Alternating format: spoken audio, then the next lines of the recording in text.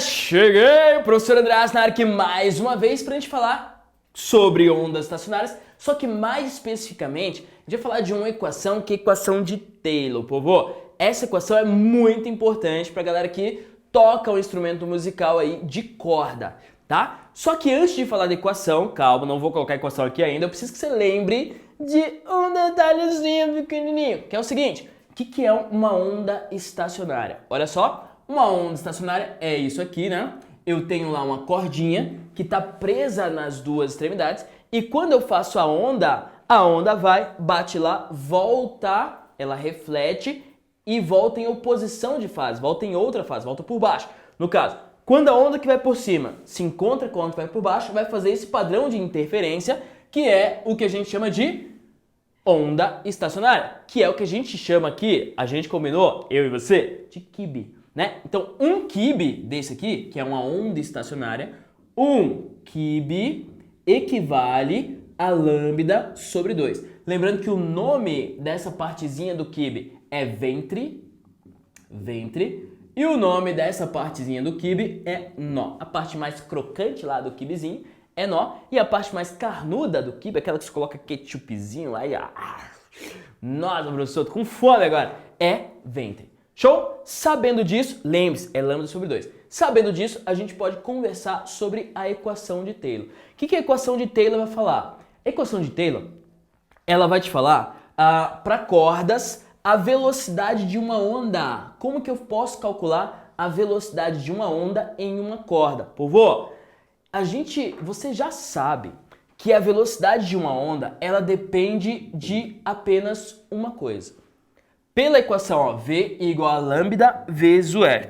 A velocidade de uma onda depende apenas do meio em que está se propagando. Você lembra desse detalhe? Ó, V igual a lambda F. Isso aqui, a frequência, depende só de uma coisa. A frequência depende da fonte. Então, é a fonte que vai definir a frequência da onda que eu estou fazendo. Não tem nada que eu faça para mudar a frequência de uma onda se não mudar a própria fonte que produziu a onda. Certo?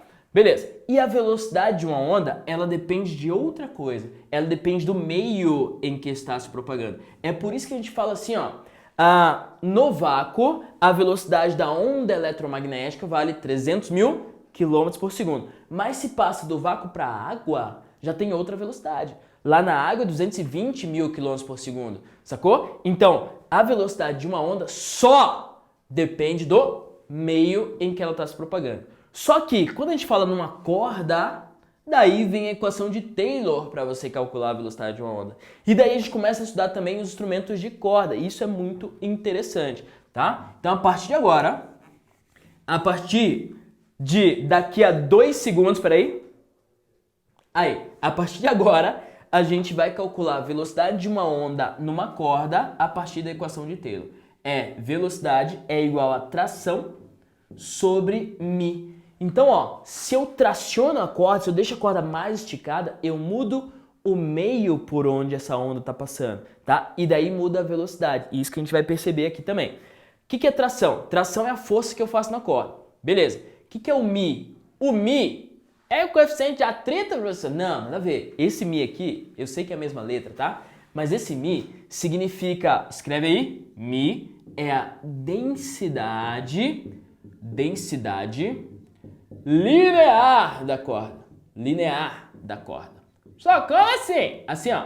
O que você aprendeu até agora foi a densidade volumétrica. Densidade igual a massa ou volume. Aí você sabe sobre densidade, né?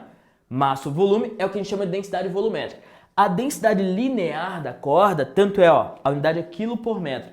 A densidade linear é massa sobre comprimento.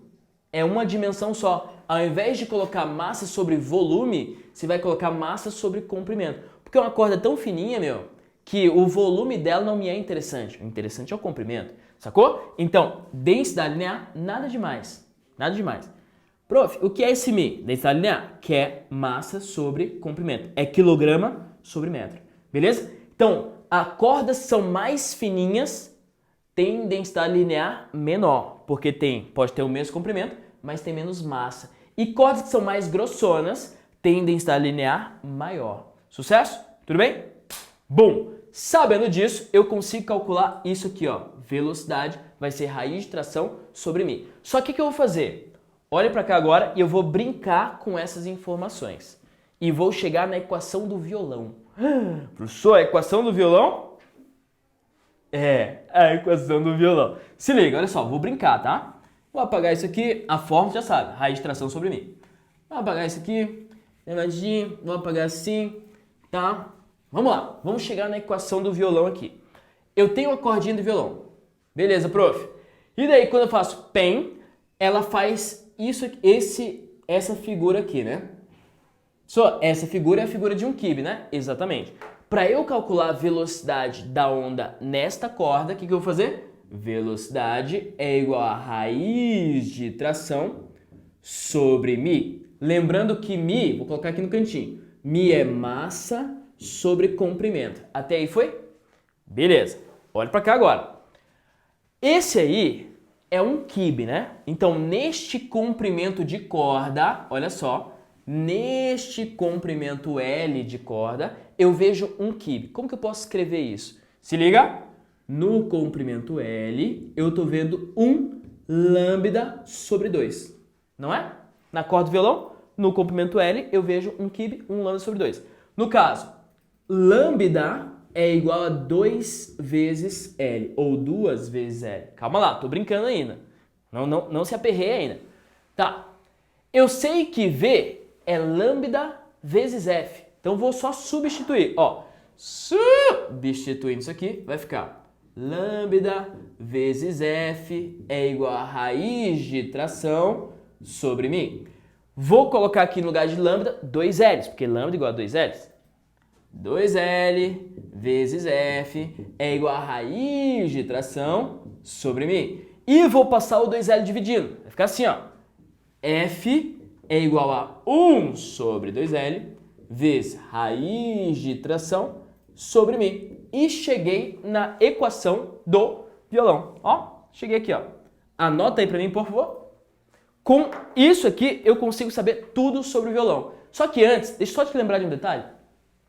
Quando eu falo de frequência de uma onda, eu tô falando, sabe de quê? Tô falando do tom do som, sacou? Frequência de uma onda tem a ver com o tom. No caso, ó, se eu falo assim, eu tô falando com um som mais assim, ó, com a onda mais com frequência maior, sacou? Agora, se eu falo assim, daí a frequência da onda que eu tô emitindo é uma frequência menor. Então, a frequência tem tudo a ver com o tom. Show? Tudo bem? Então, frequência maior, tom agudo. Frequência menor, tom grave. Beleza? Tá. Olha pra cá, pra essa equação e vamos lá. O violão, ele tem 6 cordinhas, né? A contagem que quem toca violão, eu não toco, mas quem toca violão faz é o seguinte, ó. A corda 1 é essa corda de baixo aqui. Aí vem corda 1, 2, 3, 4, 5, 6. Confere? Beleza, prof. A corda 1 é a corda mais fininha. A corda 6 é a corda mais grossona. Show? Localizou? Bom, daí eu vou te fazer perguntas sobre o violão agora. Tá, prof, faz aí uma pergunta aí pra mim? Faço. Ó, você tá tocando. A corda 1, que é a corda mais fininha, é a corda que tem o som mais agudo ou mais grave? Corda 1, corda mais fininha, tem o som mais agudo ou mais grave? Aí você pensa, corda 1, a corda 6 é... né? Então, a corda mais fininha te dá o som mais agudo. Olha para a equação agora.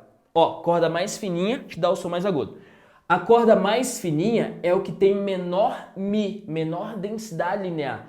E se eu tenho menor densidade linear, eu vou ter maior frequência. Confere? Porque são grandezas inversamente proporcionais. Eu consigo, inclusive, olha isso, calcular a frequência que aquela corda vai dar. Para afinar o violão perfeitamente, eu consigo fazer isso. Então, ó, o que tem menor densidade linear, a corda mais fina, me dá uma frequência mais alta, um som mais agudo. Né? Fechou? Então, primeira pergunta foi, não precisa decorar isso aí. Ou você toca violão e você sabe pela vida, ou você não toca violão e sabe pela fórmula. Você escolhe, tá bom? Tá. Segunda pergunta. Segunda pergunta é o seguinte.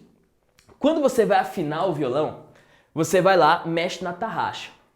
E daí você pode tracionar mais a corda ou pode deixar ela mais soltinha. Quanto mais você traciona, se liga, estou tracionando a tarraxa aqui, ó. Quanto mais você traciona, mais agudo fica o som ou mais grave fica o som? O que você acha? Tarraxa é esse negocinho aqui, ó. Quanto mais você traciona, mais agudo ou mais grave? Resposta, olha para a equação. Ó, tração está em cima da fórmula e frequência também. Quer dizer que quanto mais eu aumento a tração, mais a frequência aumenta, mais agudo fica. Então fica assim, ó. Tem, tem, tem, tem, tem, tem, tem, tem. Sacou? Afinei o violão. Show! Então tá aqui, ó. Quanto maior a tração, quanto mais eu estico a cordinha, maior vai ser a frequência. Cuidado! Às vezes você estica demais e a cordinha arrebenta, né? Acontece bastante isso. Então, fechou. Segunda pergunta foi. Terceira pergunta. Pestana. O que é pestana?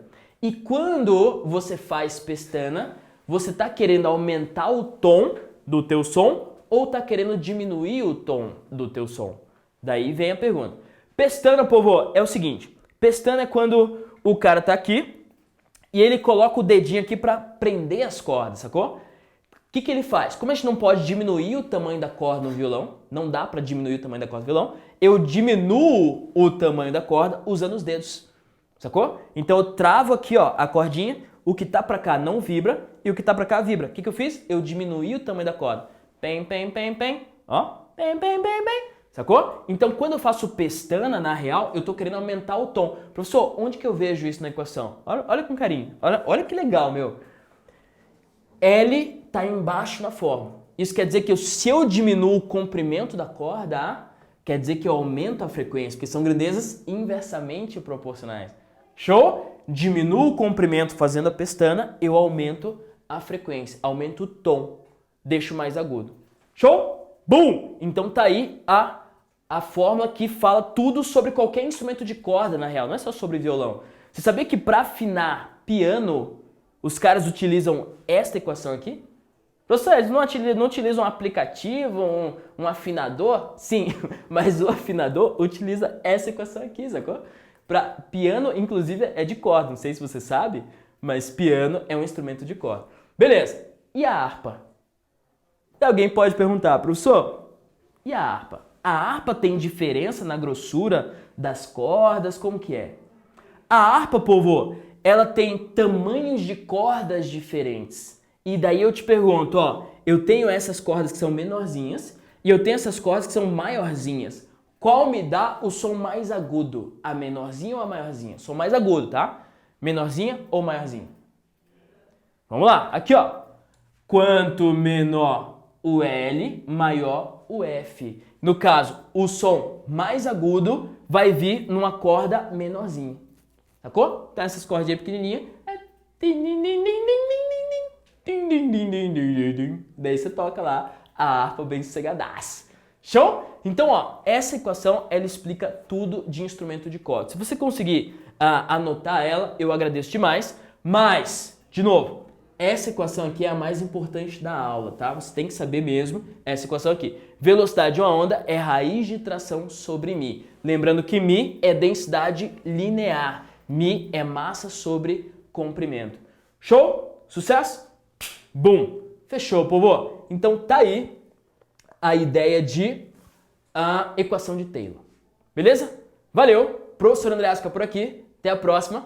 Tchau!